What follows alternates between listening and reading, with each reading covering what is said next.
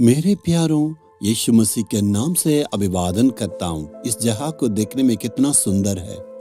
Malaysia में पोर्टिशन नामक एक सिटी है, समुद्र के किनारे है। कितना सुंदर जगहें हैं। परमेश्वर का सृष्टि सुंदर है। उसे अति सुंदर बनाने के लिए मनुष्य भी अपने कोशिश करते हैं। यहाँ देख रहने से पार करने के लिए उड़न में एक पुल बनाए हैं। इस पुल के सहारा से इस पार से उस पार आराम से पार करेंगे। ठीक वैसे ही इस दुनिया से स्वर्ग जाने के लिए परमेश्वर ने एक पुल को बनाए हैं। वो पुल भी लकड़ी का पुल। इसका मतलब क्रूस को कहते हैं। यीशु मसीह को जो कोई विश्वास करते हैं वो स्वर्ग राज्य में जाने के लिए परमेश्वर ने ऐसा तैयारी की है। दूसरा कोई मार्ग नहीं है। सिर्फ यीशु मसीह ही हमारे पापों को अपने पर उठा के हमारे लिए क्षमा को दिए हैं, एक मार्ग को दिखाए हैं। उसी मुक्तिदाता के द्वारा ही पाप की क्षमा को प्राप्त करके स्वर्ग राज्य में हम जा सकते हैं। इसलिए ध्यान देना है। आज हम परमेश्वर के वचन के द्वारा आशीष को प्राप्त करेंगे। भजन संहिता 37 अध्याय का 19 वचन में, विपत्ति के समय उनकी आशा न टूटेगी और न वे लज्जित होंगे और अकाल के दिनों में वे तृप्त रहेंगे। प्रभु कहता, मेरे बच्चों, विपत्ति के समय में तो कभी भी लज्जित न होंगे। अकाल के समय में तू तृप्त होंगे। जब विपत्ति के समय आएंगे, ऐसे वक्त में आप लज्जित नहीं होंगे। परमेश्वर आपको सुरक्षित रखेंगे। दाऊद अपने अनुभव से इस वचन को कहते हैं। दाऊद नामक लड़के और वहां राजा का विरोध में इधर उधर भाग के दौड़ रहे हैं, क्योंकि साउल नामक राजा पूरे इस्राएल देश के राजा और दाऊद से जलने के चलते दाऊद को पूरा खत्म करने के लिए अपने पूरे सैनिकों के समेत ढूंढ रहे हैं। पूरा एक देश उनको ढूंढ रहा है। इसलिए दाऊद कहता है, मृत्यु और मुझ में एक पीठ की दूरी थी, मैं इतना मृत्यु तक पहुंच गया। उतना वक्त में वो दाऊद कहता है, विपत्ति चारों तरफ है, लेकिन परमेश्वर ने उस दाऊद को वहां नाश होने नहीं दिए हैं। उनको परमेश्वर ने रक्षा किया।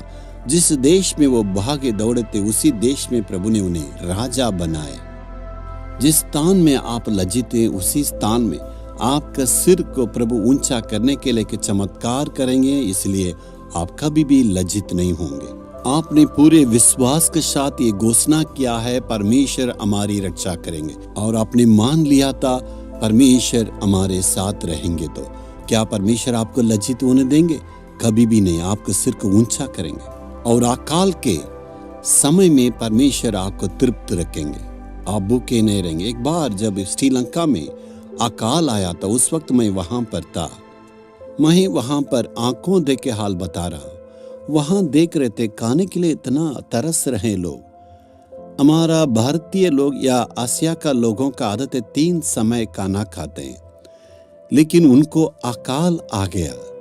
1-2 समय का खाना उनके लिए मिलना बहुत बड़ा मुश्किल था। तीसरे समय का खाना को भूल गए। कुछ भी मिलने से सिर्फ अपना प्राण को बचाने के लिए खाना, ऐसे हालत में वे आ गए। हमारा ऐसा परमेश्वर है, अकाल के समय में भी हमें तृप्त करने वाला प्रभु। क्या ये संभव है? एक बार देखिए, इसहाक ने उस देश में पानी नहीं है, इतना अकाल है। उन्होंने बीज बोया, परमेश्वर ने आशीष दिया। 100 गुना प्रतिफल को इसहाक ने पाया था। एलिया का समय में देखिए, वहां 3.5 साल महा अकाल आ गए। ना तो पानी है, ना तो खाने के लिए भोजन है। यहाँ तक राजमहल तक वहां अकाल पड़ गया है। लेकिन एलिया वहां एक विधवा के घर में गए। वहां खाना का कोई कमी नहीं था, तेल की कमी नहीं। वहां अकाल के समय में एलिया उस परिवार के साथ बड़ी खुशी के साथ था। ये नहीं कहें अकाल का समय में एक रोटी में थोड़ा से आप बर्दाश्त कर लें, ऐसा नहीं है। वो पूरे दिल भर के, मन भर के खाए। अकाल के समय में तृप्त करने वाला प्रभु है। आपका जीवन में भी बहुत ही कमी है, आर्थिक स्थिति में गिरावट है, आपका जीवन में आशीष नहीं है, जहां आप रहते हैं आपके परिवार में, आपके देश में चारों तरफ अकाल हो सकता है। प्रभु कहता पूरे दुनिया में अकाल हो सकता है, लेकिन मैं तुम्हें आशीष दूंगा, तू संतुष्टि के साथ रहोगे। प्रभु कहता है चारों तरफ अकाल रहने से भी मैं तुम्हें आशीष दूंगा। हालातों को देख के कभी भी निराश नहीं होना है। चारों तरफ में अकाल है, क्या करेंगे सोचे रहना। चाहे दुनिया भूखा रहेगा, लेकिन प्रभु आपको तृप्त रखेंगे। पूरे विश्वास के साथ बोलिए, प्रभु तू सामर्थ्य है और अद्भुत चमत्कार करने वाले हैं। मैं आपको विश्वास करता हूँ परमेश्वर, मैं कभी भी लज्जित नहीं रहूंगा, तू हमें आशीष देने वाले हैं। आज से सारे परिस्थिति को बदलते हुए आप देखेंगे, कहेंगे यीशु मैं विश्वास करता हूँ, कभी भी लज्जित नहीं रहूंगा। यीशु तू हमारे साथ है, इस अकाल में कभी भी हम लज्जित नहीं होंगे। तू हमारे साथ रह के चमत्कार करेंगे, तू हमारे साथ रह के खिलाने वाले हैं, पिलाने वाले हैं। इस अकाल के समय में भी तू हमारे साथ रह के अगुवाई करता, स्तुति करते हैं। यीशु के नाम से प्रार्थना मांगते हैं पिता, आमीन आमीन।